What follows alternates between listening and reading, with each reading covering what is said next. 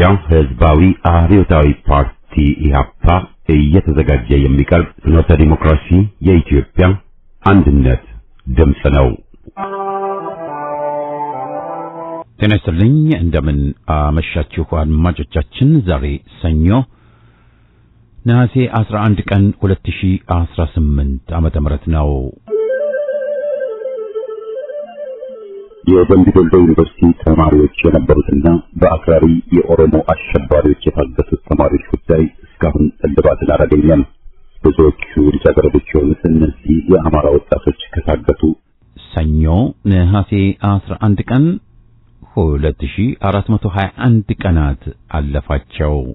የወጣቶቹ ሰቆቃ ያብቃ እንበል። እስከ መቼ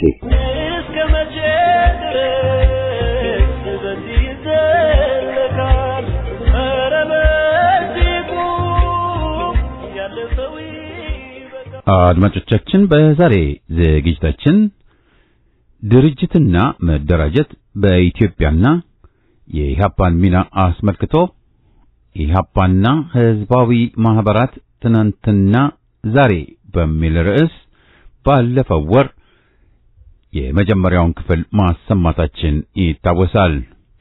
በዛሬ ዝግጅታችን ሁለተኛውን ክፍል እናቀርባለን።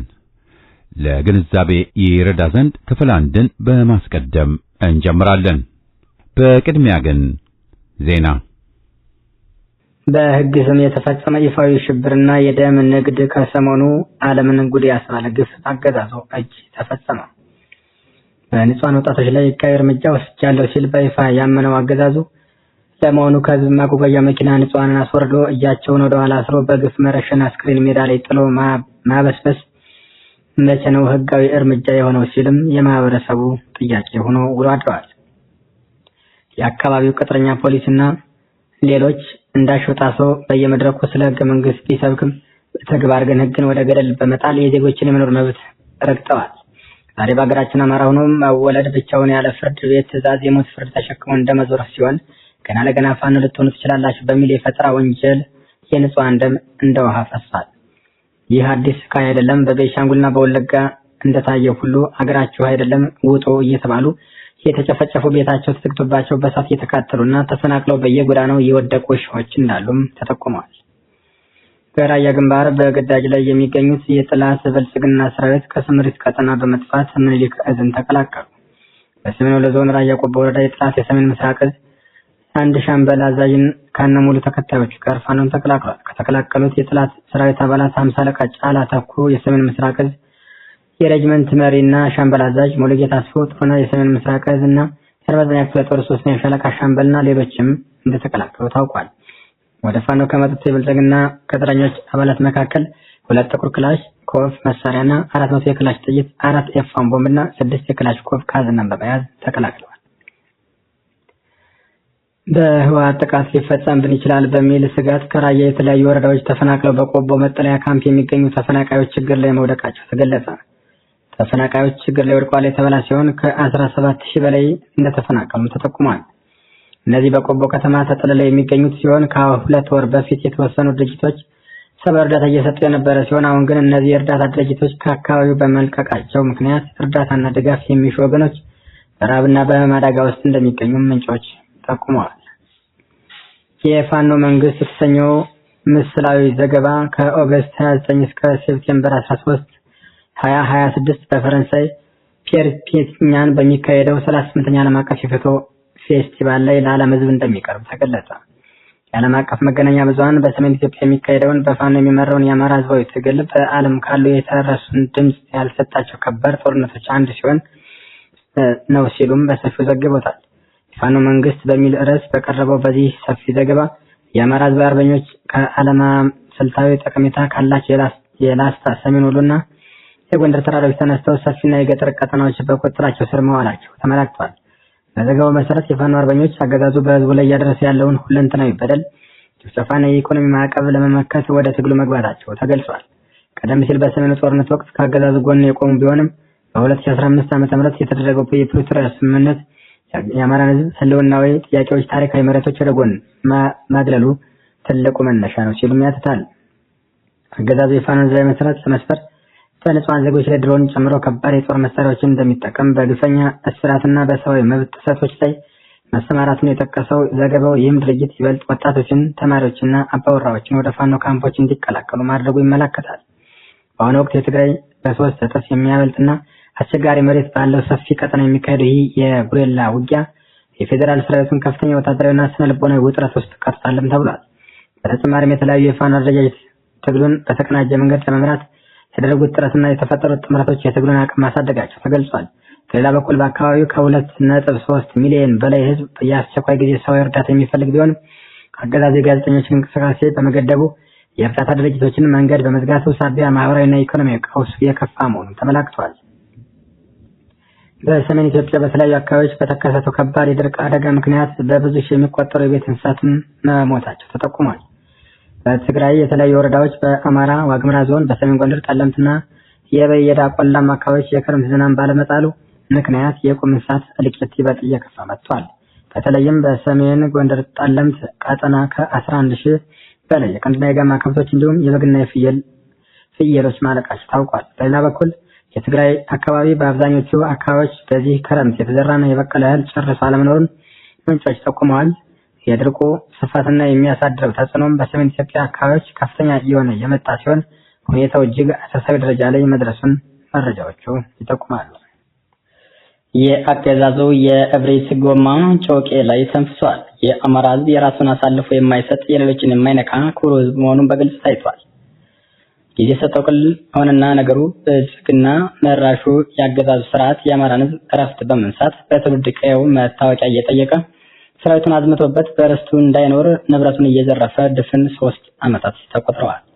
ይሁን እንጂ ይህንን የሚቀበል አማራዊ ማንነት ስነ ልቦና በታሪክም ዛሬም የሌለ ሲሆን የብሪታኛ ስርዓት 6ኛ ክፍለ ጦር ሰራዊትና በመካናይዝድ ታጅቦ ወደ ጎጃም ጮቄ ከገባም ሰነባብቷል። የጮቄዋን ከተማ ዋብርን መቀመጫ አድርጎ ወደ ደባይ ሰዴና ስናን በመካናይዝድ እየታጀበ እንቅስቃሴ ሲያደርግ ቆይቷል። ይህንን የተመለከቱ ከቢቡኝ ወረዳ የወጡ ጀግኖች ስለ ጉዳዩ መነጋገር ማቀድ የጀመሩ ሲሆን ጥላት ወገን ላይ ያደረሰ ያለውን በደል እጅግ አበሳጭቷቸው ጥላት ጠዋት ሞቶ እኔ ልሙት ማታ ከሺህ ቀን ይበልጣል የአንድ ቀን ደስታ በማለት 50 አለቃ ስማቸው ቢሾው ዝግባው ፋኖ አይን አዲስ አለሙና አርበኛ እሱ ባለው በአምላክ እንዲሁም ሌሎችን በአንድ ላይ በመሆን ፊታውራሪ የቢቡኝ አባ ደሞ ሻለቃን በመያዝ ዋብር ላይ ጀብድ መስራት ችለዋል።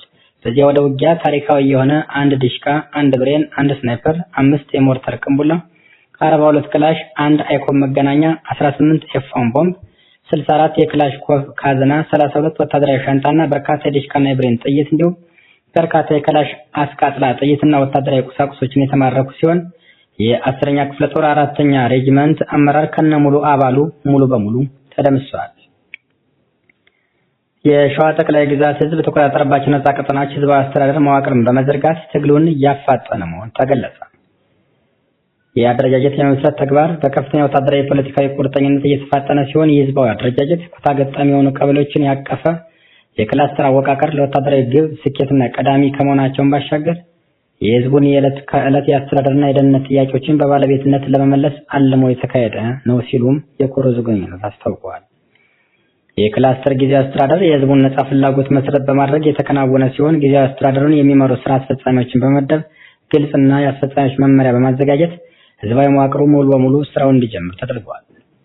የተቀናጀ ህዝባዊ ወታደራዊ እርምጃ የትጥቅ ትግሉ ከወታደራዊ ድል ባለፈ የህዝብን ስልጣን ባለቤት የሚያረጋግጥና የነፃ አውጪነትን ዓላማ በተግባር የሚያሳይ ትልቅ ምዕራፍ መሆኑም ተረጋግጧል።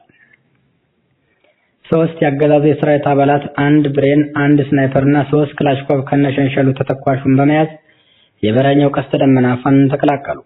በአማራ ላይ ሁለንተናዊ ጅምላ ፍጅት እየፈጸመ የሚገኘው የኦህዴድ መሩ አገዛዝ የሆነው የሎሌው ተብዬ በግፍ እየፈራረሰ ፋኖን ተቀላቅሏል። ዛሬ ሌሊት በራሱ አጠራር 10ኛ ክፍለ ጦር 1ኛ ሬጂመንት 2 ሻምበል መሪዎችን 1 ብሬን ተተኳሽ የመከላከያ አባል 1 ብሬን እነሙሉ ሸንሸኑና 1 ስናይፐር 1 ክላሽኮቭ 2 እግር ክላሽኮቭ እና በመያዝ የአፋብንን 14ኛ ክፍለ ጦርን በደብረ ኤልያስ ተቀላቅለዋል። በአገዛዙ የጭካኔ ጥግ በእጅጉ የተሳቀቀው የመከላከያው ኃይል ከዕለት ወደ ዕለት እየጨመረ በመጣው የስርዓቱ ግፍና የንጹሃን ጭፍጨፋ ከዚህ ተቋም በመክዳት በዙሪያው ወደሚገኘው ወረዳውን በመምራት ወደሚገኘው ደብረ ኤልያስ ቀስተ ደመና ብርጌድን ተቀላቅለዋል። ከበረኛው ቀስተ ደመና ፋኖ በደብረ ኤልያስ ከተማ ለምትኖሩ ማህበረሰቦች ከበድ ያለ ማስጠንቀቂያም ተሰጥቷል። በደብረ ኤልያስ ከተማ ተወሽቀው ህዝብን እየዘረፉ ንጹሃን እየረሸኑ የሚገኙ የአገዛዙ ካድሬዎች ከድሃ እናቶች መቀነት በማስፈታት የገነቡትን ቤታቸውን በመሸጥ በዝውውር ስም ጥለው ለመሄድ በዝግጅት ላይ መሆናቸው ተረጋግጧል። በዚህም መሰረት ማንኛውም አካል የኔን ከንጹሃን ኪስ በግፍ የተዘረፈ ገንዘብ የተገነባን የባንዳን ቤትም ሆነ ሀብት ንብረት መግዛትም ሆነ መለወጥ ፈጽሞ የተከለከለም በመሆኑ የደብረ ኤልያስ ወረዳ ቀስተ ደመና ፋኖ ምንም አይነት እውቅና የማይሰጠው ከመሆኑም በላይ ፋኖ ወረዳውን በሚቆጣጠርበት ሰዓት የገዛችሁትን የባንዳ ቤት ሆነ ንብረት ለድርጅት ገቢ የሚደረግ መሆኑን ተረድታችሁ ከአላስፈላጊ ኪሳራ እንድትቆጠቡ የሚል ማሳሰቢያም ከፋኖች ተላልፏል። የዕለቱ ዜና በዚያ በቃ።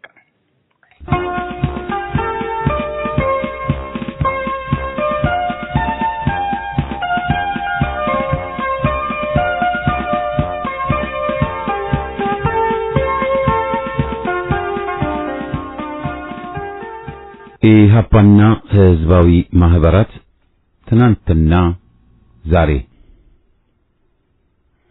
ክፍል 1 ኢህአፓ ከተመሰረተበት ከ1964 ዓመተ ምህረት አሁን እስከ ደረሰበት ረጅም የትግል ዓመታት ትኩረት ሰጥቶ ከሚንቀሳቀስባቸው መሰረታዊ ጉዳዮች መካከል አንዱና ዋነኛው የህዝባዊ ማህበራት መጠናከርን የሚመለከት ነው። ማንኛውም ህብረተሰብ ለዲሞክራሲ በሚያደርገው ትግልም ሆነ ወደፊት ለሚኖረው ተሳትፎ ጠንካራ ተቋማት የሚኖራቸውን ከፍተኛ ሚና አስቀድሞ በመገንዘብ ህዝባዊ ድርጅቶች ከመንግስታዊ ቁጥጥር ነፃ ሆነው እንዲደራጁ በንቃት ተንቀሳቅሷል። ለዲሞክራሲ መመስረትም ሆነ ግንባታ ወሳኝ ከሆኑት እሴቶች መካከል በነጻነት መደራጀት፣ ያለ ገደብ መከበርና ተግባራዊ መሆን በዋናነት ከሚጠቀሱት ሲሆን ኢህአፓም በበኩሉ ትኩረት ሰጥቶ የሚታገልላቸው መሰረታዊ መብቶች ናቸው። በተለይ ላባደሩን ለማደራጀት ከፍተኛና ልዩ ጥረት አድርጓል። ወታደራዊ መንግስት ወያኔም ሆነ ራሱን ብልጽግና የሚለው ኦህዴድ ኦነግ ነፃ የሆነ የሰራተኛ ማህበር ስለማይፈልጉ አፍርሰው በራሳቸው አምሳል ለመፍጠር ሲሉ ታግለውታል።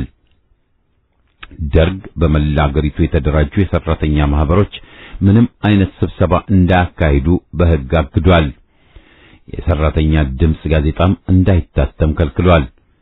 ነጻነታቸውን ጠብቀው መንቀሳቀስ የሚፈልጉትን ሲቪል ድርጅቶች ሲቻለው በኃይል እያፈረሰ ሳይቻለው ሲቀር ደግሞ መሪዎቻቸውንና ንቁ አባሎቻቸውን በማሰር በማስፈራራት በመግደል ለስደት በመዳረግ አዳክሞ በሱ አምሳያ ሌላ ተቀጥያ ከጎናቸው የጠፈጠፈባቸው መሆኑ በግልጽ የሚታወቅ ነው።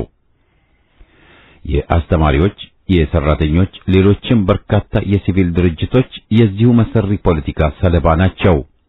ወያኔም ህብረ ብሔራዊውን ተቋም አፍርሶ የጎሳ ተቀጥላ አድርጎታል። የኦሮሞማ ኮሎኔልም ያስቀጠለው ይህንኑ ነው። ለመብት መከበር ጥያቄ ከፍተኛ አስተዋጽኦ ከሚኖራቸው ተቋማት መካከል አንዱ ህዝባዊ ድርጅት ነው። ለዚህ ምክንያቱ ህዝባዊ ድርጅቶች በማንኛውም ጊዜና ወቅት በአስተዳደሩና በህዝቡ መካከል በአገናኝነት የሚሰሩ ብቻ ሳይሆኑ ከህዝቡ በቀጥታና በቅርበት የተለያዩ ተግባራት የሚያከናውኑ በመሆናቸውም ጭምር ነው። እነዚህ ድርጅቶች ከህዝቡ የዕለት ተዕለት ህይወት ጋር በዘርፈ ብዙ ግንኙነቶች የተሳሰሩ ናቸው። በመንግስትና በህዝቡ መካከል በድልድይነት ለማገልገል ከመቻላቸውም በላይ በቅርበት የሚሰሩ በመሆናቸውም የህዝቡን ፍላጎት፣ ጥቅምና ችግር፣ ብሶትና ደስታ ለመገንዘብ አመቺ ሁኔታ ላይ የሚገኙ ናቸው። ለዚህም ነው የሲቪል ድርጅቶች በተለያዩ በሰናይ በኢኮኖሚ ዘርፎች በእድገት መስኮች የተሰማሩ መሰማራትም የሚፈልጉ ተግባራቸውን በነጻ እንዲያከናውኑ የሚገባውና ለሱም ተበክሮ የሚጠየቀው። የተማሪዎች ንቅናቄ በኢትዮጵያ ለመጀመሪያ ጊዜ የተደራጀ መልክ ያለው የተቃዋሚ ኃይል ያቆጠቆጠው በጣሊያን ወረራ ስር ነበር። ከማይጨው ጦርነት ሽንፈት በኋላ አገር ወዳድ ኢትዮጵያውያን ተሰባስበው የአርበኞችን እንቅስቃሴ መሰረቱ። ተቃውሟቸውም በአገሪቱ በተለያዩ ክፍሎች ሊዛመቱ ቻሉ። በጊዜው ይታተም የነበረው የኢትዮጵያ አውደ ልሳን ጋዜጣ ይገኝበታል። የኢትዮጵያ ወጣቶች ንቅናቄ እና የጥቁር አንበሶች ንቅናቄ የተቋቋሙትም በዚህ ጊዜ ነው። እነዚህ የፖለቲካ ቡድኖች የኢትዮጵያ ሕዝብ የኢጣሊያንን ወረራ እንዲታገል ባደረጓቸው ቅስቀሳዎች በርካታ ምሁራንና ወታደሮችን ሊያበረታቱና ሊያነሳሱ ችለዋል። የተቃውሞ ትግሉ ካፈራቸው ተወዳጅና ስመጥር ገጣሚዎች መካከል የጥቁር አንበሳው ዮፍታሔ ንጉሴን ማንሳት ይቻላል። በ1950ዎቹ የኢትዮጵያ የተማሪዎች በማህበር ለመደራጀት የተንቀሳቀሱት ከታህሳሱ የነገርማሜ እንቅስቃሴ በፊት የተሞከረ ቢሆንም ብሔራዊ የኢትዮጵያ ተማሪዎች ማህበርን ማቋቋም የተቻለው ከ5 ዓመት በኋላ በ1956 ዓመተ ምህረት ነበር። በዚህ ወቅት ካሳለፏቸው ውሳኔዎች መካከል የአፄ ኃይለ ሥላሴ መንግስት ማህበራዊ እና ምጣኔ ሀብታዊ ማሻሻያ እርምጃዎች ይወስድ ዘንድ ጠየቀ። የአፍሪካ ህዝቦች ኢምፔሪያሊዝምንና የእጃዙር ቅኝ አገዛዝን በመቃወም የሚያደርጉትን ትግል የኢትዮጵያ ተማሪዎች እንደሚደግፉና ከጎናቸው እንደሚሰለፉ የገለጸበት ይገኝበታል። ቀጥሎም በመላ አዲስ አበባ ከተማ የሚገኙት ኮሌጆችን የሚያካትት ማህበር የአዲስ አበባ ዩኒቨርሲቲ ተማሪዎች ማህበር ተመሰረተ። የአዲስ አበባ ዩኒቨርሲቲ ተማሪዎች ማህበር ኡዙዋ ዓለም አቀፍ የኢትዮጵያ ተማሪዎች ፌዴሬሽን ኢተፌ፣ የኢትዮጵያ ተማሪዎች ማህበር በአውሮፓ ኢተማ፣ የኢትዮጵያ ተማሪዎች ማህበር በሰሜን አሜሪካ ኢተማሰአ እና ሌሎችም የተማሪ ማህበራት ለወጣቱ እንቅስቃሴ መዳበርና ለኢትዮጵያ አብዮት መፈንዳት ያንበሳውን ድርሻ ይዘዋል። በተለይ ደግሞ ከ1953 መፈንቅለ መንግስት ሙከራና እሱን ተከትሎ ንጉሱ የወሰዱት የበቀል እርምጃ ስርዓቱን በቀጥታ ወደ መታገል ገፍቷቸዋል። በውጭ ከነበሩ የተማሪ ማህበራት አፈንግጠው በአብዮቱ ማግስት አገር ገብተው ለደርግ መሳሪያ ከሆኑት የመላ ኢትዮጵያ ሶሻሊስት ንቅናቄ መኢሶን አባላት በስተቀር በአብዛኛው አገር ውስጥ ከነበረው የህዝባዊ መንግስት እንቅስቃሴ ብዙም ሳይለዩ ዘልቀዋል። የተማሪዎች ማህበር በየካቲት 66 ለተካሄደው ታላቁ የኢትዮጵያ አብዮት ትልቁን ድርሻ ቢይዝም ላባደር፣ አርሶ አደሩ፣ ተማሪ አስተማሪው፣ ወታደሩ፣ ታክሲ ነጂው ወዘተ ከፍተኛ አስተዋጽኦ ነበራቸው። የዘውዱ አገዛዝም እየገፋ የመጣውን የተማሪዎች እንቅስቃሴ ለማለዘብና ወጣቱን የሥርዓቱ መሳሪያ ለማድረግ የኢትዮጵያ ወጣቶች አገልግሎት ድርጅት የሚባለውን አደራጅቶ መንቀሳቀስ ጀምሮ እንደነበር በኋላ ደርግም እንዲሁ ሊጠቀምበት ቢሞክርም እያየለ በመጣው የተማሪው እንቅስቃሴ ግለት ተውጦ ቀርቷል። ይሁንና ምንም እንኳ አብዮቱ የመሳፍንቱን ስርዓት ቢያስወግድም መሪ ድርጅት የነበረው ኢህአፓም በአቅም ግንባታ ገና በጅምር ላይ የነበረ በመሆኑ የአብዮቱ መነሻ የሆነው የህዝባዊ መንግስት ጥያቄ ራሱን ጊዜያዊ ወታደራዊ መንግስት በሚል ከየጦር ክፍሉ የተውጣጣ የምርጥ መኮንኖች መንግስት ተጠልፎ ተጨናግፏል። በመሆኑም ኢህአፓ የወቅቱን ተጨባጭ ሁኔታ በጥልቀት ከመረመረ በኋላ ወታደራዊ አገዛዝ የከፋ አምባገነን ሊሆን እንደሚችል በመገንዘብ ህዝብ ያነሳቸው መሰረታዊ ጥያቄዎች እስኪመለሱ ትግሉ መቀጠል እንዳለበት ወስኖ ህዝብን በማንቃትና ማደራጀት ታግሎ በማታገል ተሰማራ። ወታደራዊ ደርግ አብዮቱን የጠለፈና የጊዜያዊ ህዝባዊ መንግስትን ጥያቄ ያከሸፈ አምባገነን አገዛዝ መሆኑን አጋለጠ። እስከ አፍንጫው የታጠቀው የደርግ አፈና ሳይበግረው በሁለት ዓመት እንቅስቃሴ ተአምር በሚባል ፍጥነት ድርጅታዊ መረቡን በመላ ኢትዮጵያ ዘረጋ። በተለይ ደግሞ ወጣቱን ክፍል በሰፊው ማንቃትና ማደራጀት ብቻ ሳይሆን የሰራተኛና የገበሬ ማህበራት፣ የሙያ ማህበራት ከአገዛዙ የቁጥጥር ሰንሰለት ተላቀው ድርጅታዊ ነጻነታቸውን ጠብቀው ድምጻቸውን እንዲያሰሙ መሪዎቻቸውን በነጻነት የመምረጥ መብታቸው እንዲከበር ከጎናቸው ሆኖ ታግሏል። አምባገነን መንግስት የሰፊውን ህዝብ መደራጀት እንደ ጦር የሚፈራ በመሆኑ ለማዳከምና ከተቻለውም ለማፍረስ ያውጃል። የኢትዮጵያን ሰፊ ህዝብ ብሶት እና ጥቃት ሲያስተጋቡና ለሰብአዊና ዴሞክራሲያዊ ነጻነቶች ለረጅም ጊዜ ሲታገሉ ከነበሩ ጉልህና ከፍተኛ ድርሻ ካላቸው የብዙሃን ማህበራት መካከል የኢትዮጵያ ተማሪዎች ማህበርና የኢትዮጵያ ሰራተኞች አንድነት ማህበር በዋናነት የሚጠቀሱ ናቸው። የብዙሃን ማህበራት፣ የተማሪው ማህበራት በተለይ ለስርዓት ለውጡ እንቅስቃሴ አይነተኛ መሳሪያ ሆነው አገልግለዋል። የመሳፍንቱን ስርዓት በመቃወም ህዝባዊ መንግስትን በገባርና በስርተ ጉልት ላይ የተመሰረተውን የመሬት ይዞታ መሬት ላራሹን አንስቶ ታግሎታል። ትምህርት ላላቸው ብቻ እንዳይወሰን የድሃ ልጅ ይማር ከፍተኛ የትምህርት ዕድልን ለመገደብ የታቀደውን የትምህርት ስርዓት ወይም ሴክተር ሪቪው ይባል የነበረውንም ታግሎታል። በአጠቃላይ የተማሪው እንቅስቃሴ እነዚህንና ሌሎች ተመሳሳይ ወቅታዊ መፈክሮችን አንስቶ ታግሏል። ኢህአፓ ወጣቱን በብዙሃን ማህበር፣ የኢትዮጵያ ተማሪዎች አንድነት ድርጅት ኢታአድ አዘጋጅቶ በፓርቲው የወጣት ክንፍ የኢትዮጵያ ህዝባዊ አብዮታዊ ወጣት ሊግ ኢሃወሊ አቅፎ የማንበብና የውይይት ባህል እንዲዳብር ለጥናት ህዋሶች ትኩረት በመስጠቱ በጥቂት ዓመታት ውስጥ ብቃት ያላቸው የሊግና የፓርቲ አባላትን ማፍራት አስችሎታል። ይህ በኢህአፓ ስር የተደራጀው የወጣት ሊግ ቀን ተሌት በመንቀሳቀስ ወጣቱን ብቻ ሳይሆን የተለያዩ የህብረተሰብ ክፍሎችን በማንቃትና በማደራጀት ታምር በሚያሰኝ ፍጥነትና የትግል ብቃት ፋሽስታዊውን ደርግ በከፍተኛ ቁርጠኝነት ታግሎታል።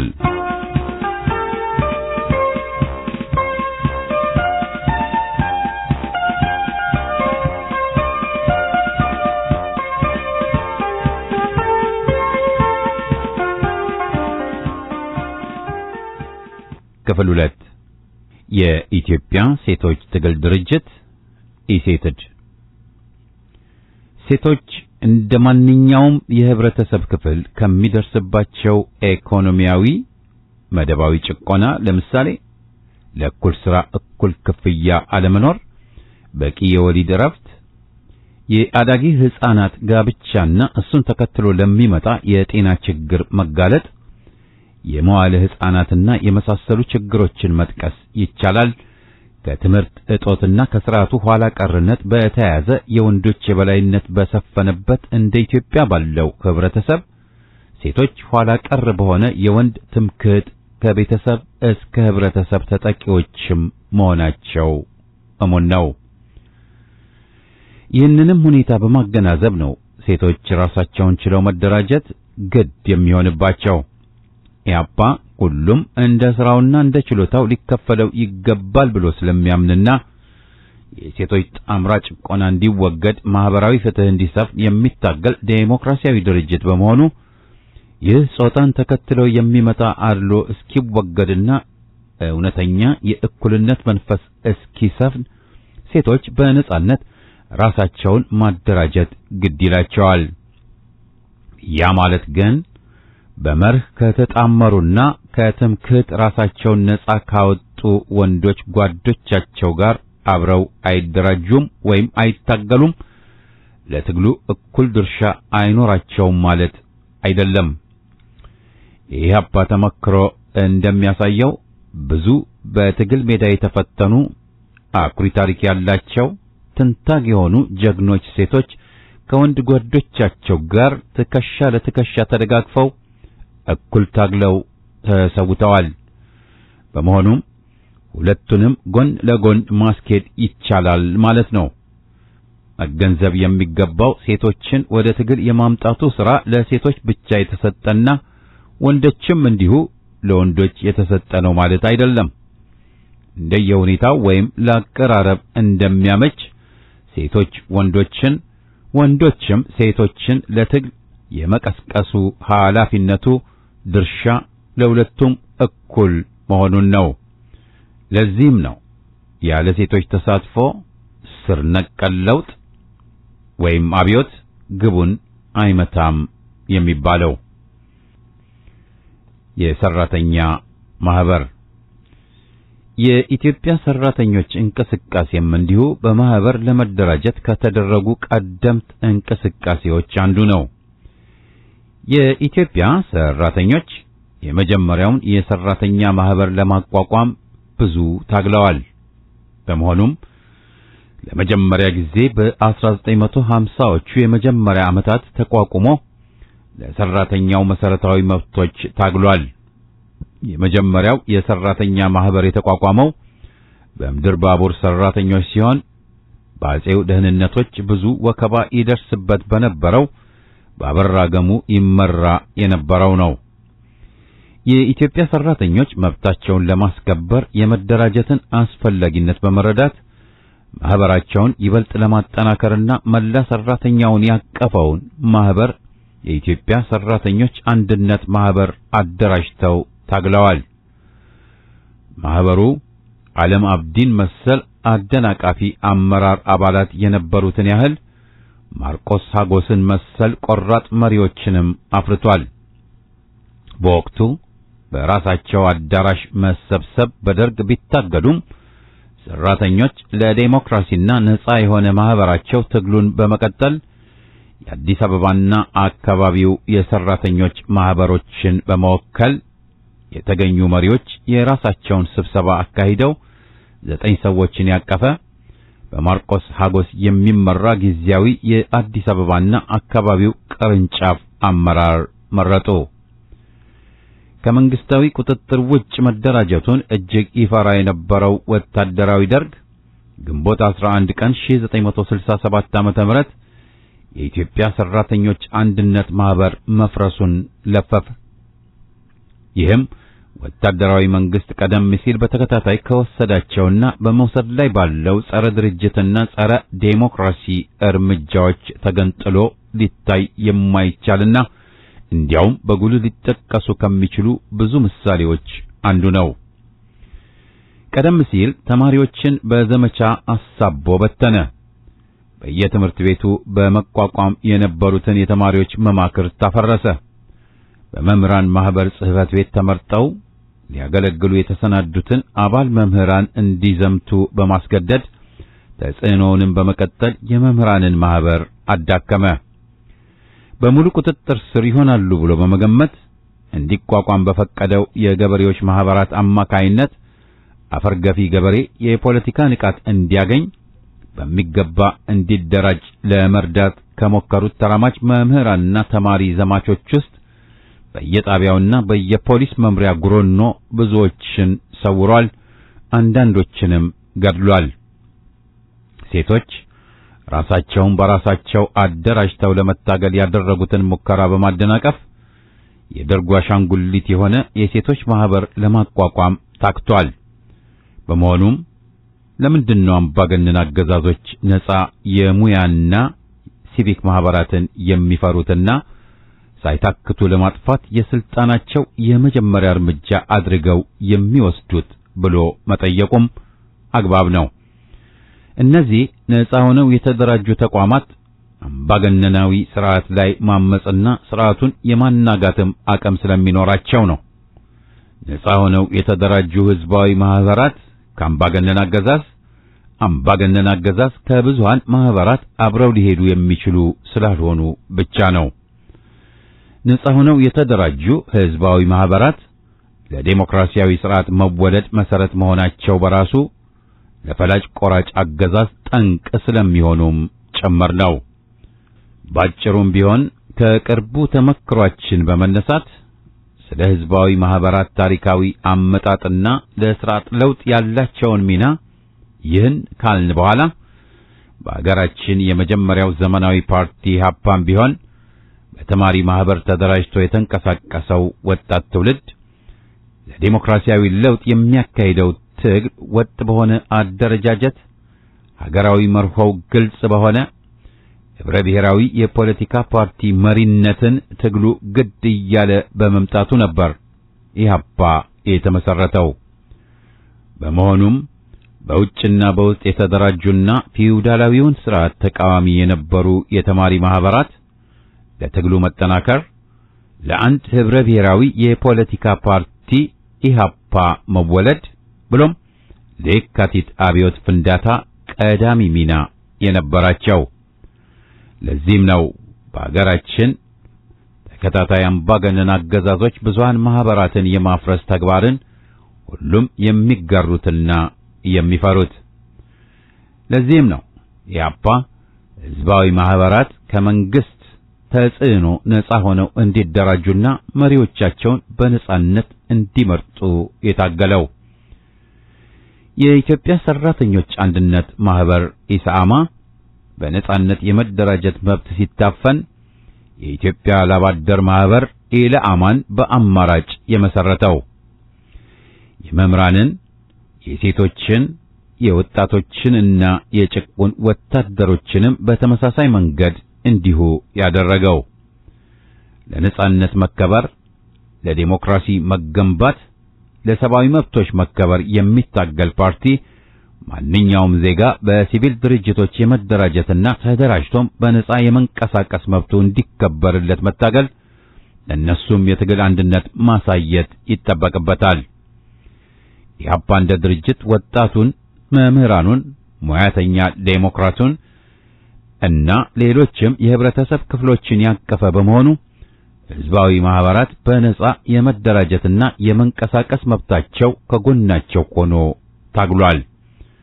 ሰራተኛው ለተሻለ የጉልበት ዋጋ፣ የሥራ ሰዓት፣ የጤና እንክብካቤ ወዘተ መብቱን የሚያስከብርበት፣ ገበሬው ለመሬት ባለቤትነትና አምርቶ ድካሙን በሚመጥን ለገበያ የሚያቀርብበት፣ መሬቱን የመሸጥ የመለወጥ ወይም በወለድ አገድ የማስያዝ መብቱ የሚጠበቅበት፣ የሴቶች፣ የብሔር ብሔረሰቦች የሃይማኖት እኩልነት መብት መከበር ወዘተ የሲቪልና የፖለቲካ ድርጅቶች ግንባር ቀደም ሚና አላቸው።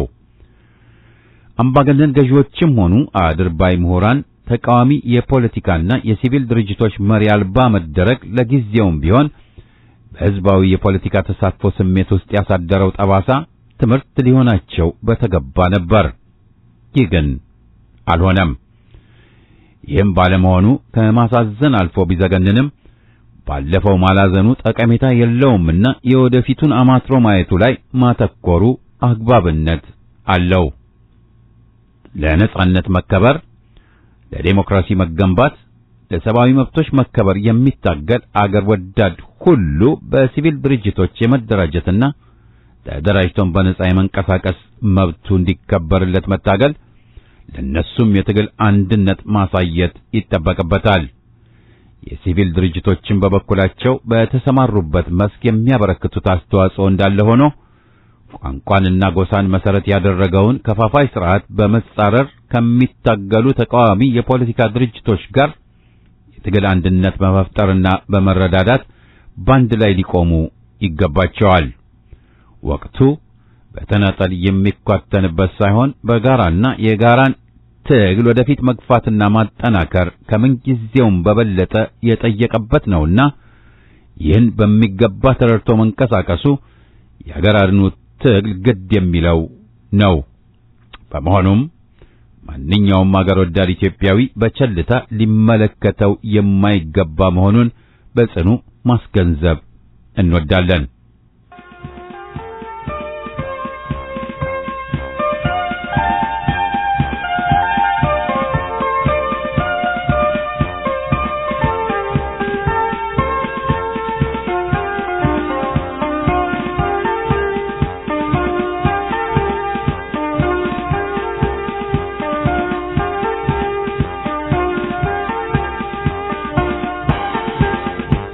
ኢህአፓ